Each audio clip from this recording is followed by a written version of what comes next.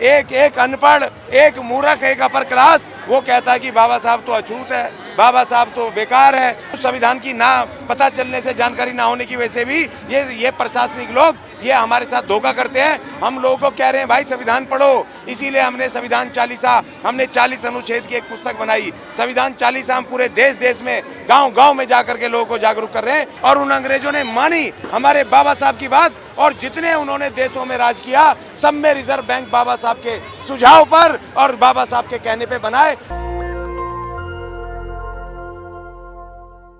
देश दुनिया को पता चलना चाहिए, इसलिए आज का दिन एक महान पर्व है इस देश और दुनिया के लिए। मैं कल कह रहा था कि जो रिजर्व बैंक जो 1 तारीख को कहते हैं ना, 1 अप्रैल को, हम कहते हैं जी भारत में बाबा साहब के ने बनवाया। बाबा साहब की जो थीसिस थी, जो उन्होंने लंदन स्कूल ऑफ इकोनॉमिक्स में रखी, जो प्रॉब्लम ऑफ रूपी, और अंग्रेजों को जो उन्होंने चुनौती दी, 200 देशों पे राज करने वाले उन अंग्रेजों को, शासकों को उनके घर में घुस के चुनौती दी कि तुम्हारी तो अर्थव्यवस्था ही खराब है। और उन अंग्रेजों ने मानी हमारे बाबा साहब की बात, और जितने उन्होंने देशों में राज किया सब में रिजर्व बैंक बाबा साहब के सुझाव पर और बाबा साहब के कहने पे बनाए। पूरी दुनिया में रिजर्व बैंक बने, अर्थव्यवस्था को उन्होंने इस तरह से बाबा साहब के हिसाब से बनाया। और इस देश का एक एक अनपढ़, एक मूर्ख, एक अपर क्लास वो कहता है कि बाबा साहब तो अछूत है, बाबा साहब तो बेकार है, बाबा साहब का संविधान बेकार है, और दुनिया उनको सिंबल ऑफ नॉलेज मानती है। जो पुतिन आज दुनिया पे राज करने वाला है, उसके कमरे के उसके पीछे बाबा साहब की उसके कमरे में फोटो लगी है।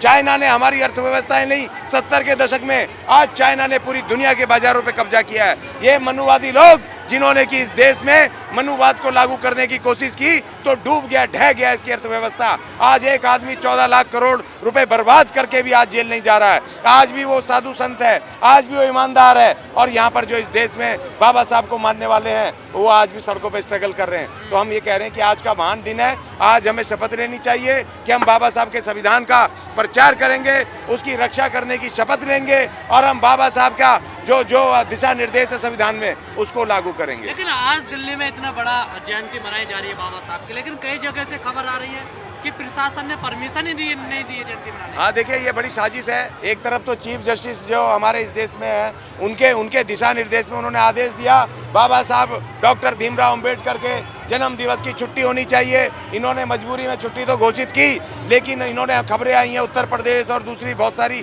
जगहों पर इन्होंने हमें परमिशन ही नहीं दी, जबकि ये अंतर्राष्ट्रीय कार्यक्रम है, इसकी परमिशन की जरूरत नहीं है। और शांति, और बाबा साहब ने संविधान में दिया है आर्टिकल 19 में कि शांति प्रिय तरीके से हम अपना सम्मेलन कार्यक्रम कर सकते हैं, उसके लिए कोई परमिशन नहीं है। संविधान में हमारी ऑलरेडी परमिशन है।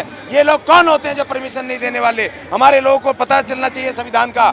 कुछ संविधान की ना पता चलने से, जानकारी ना होने की वजह से भी ये प्रशासनिक लोग ये हमारे साथ धोखा करते हैं। हम लोगों को कह रहे हैं भाई संविधान पढ़ो, इसीलिए हमने संविधान चालीसा, हमने 40 अनुच्छेद की एक पुस्तक बनाई। संविधान चालीसा हम पूरे देश देश में, गांव गांव में जाकर के लोगों को जागरूक कर रहे हैं कि अपने अधिकार, मूल अधिकार जान लो, जिससे कि ये मनुवादी तुम्हें रोक ना सके। आप कहते हैं कि समाज सोया हुआ, तो ये जन सैलाब कहाँ से आया फिर? नहीं, संविधान सोया हुआ नहीं है, मैं नहीं कहता हूँ। जो कुछ कहते हैं वो थोड़ा सा गफलत में है। और देखिए, दूसरा, ऐसे पढ़े लिखे लोग हमारे बोलते हैं जो इस संविधान से और बाबा साहब के नाम से आज बड़े बड़े अधिकारी बने, बड़े बड़े पूंजीपति बने, बड़े बड़े उन्होंने पैसे कमा लिए, और वो घरों में दुबके बैठे हैं, छुपे बैठे हैं, और बहुत सारे बाबा साहब की तरह टाई कोट पहन के अपने दफ्तरों में बैठे हैं, घरों में, और वो कह रहे हैं गरीब समाज मेरे पास आए, गरीब समाज मेरे घर में आना चाहिए क्योंकि मैं अंबेडकर बन गया हूं। तो इसलिए उनको शर्म आनी चाहिए। अरे हमें घर घर गली गली जा करके बाबा साहब की तरह, मान्यवर कांसीराम की तरह, हमें बुद्ध की तरह, हमें घर घर जा करके लोगों को जगाना होगा।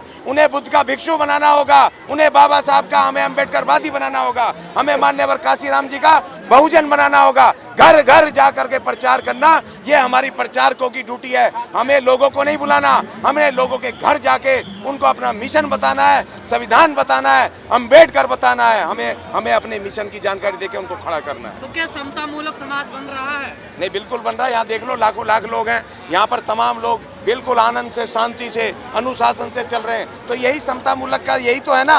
और समता मूलक मतलब है? नहीं, अमृतकाल नहीं, अमृतकाल से हमारा कोई भी सरोकार नहीं है। देखिए, अमृत ये भीम काल है, भीम काल है, संविधान काल है, इसलिए हम अभी तक जिंदा हैं। जो अमृत काल है, अमृत काल में तो हमारे राहु केतु ने वो बैठ गए थे पंक्ति में, हमारे जो इस देश के मूल नागरिक थे राहु केतु, और जैसे ही उन्होंने अमृत पिया और इन देवताओं को पता चला कि भैया ये तो राक्षस है, तो उन्होंने उनका अंदर ही नहीं जाने दिया, गर्दन काट दिया।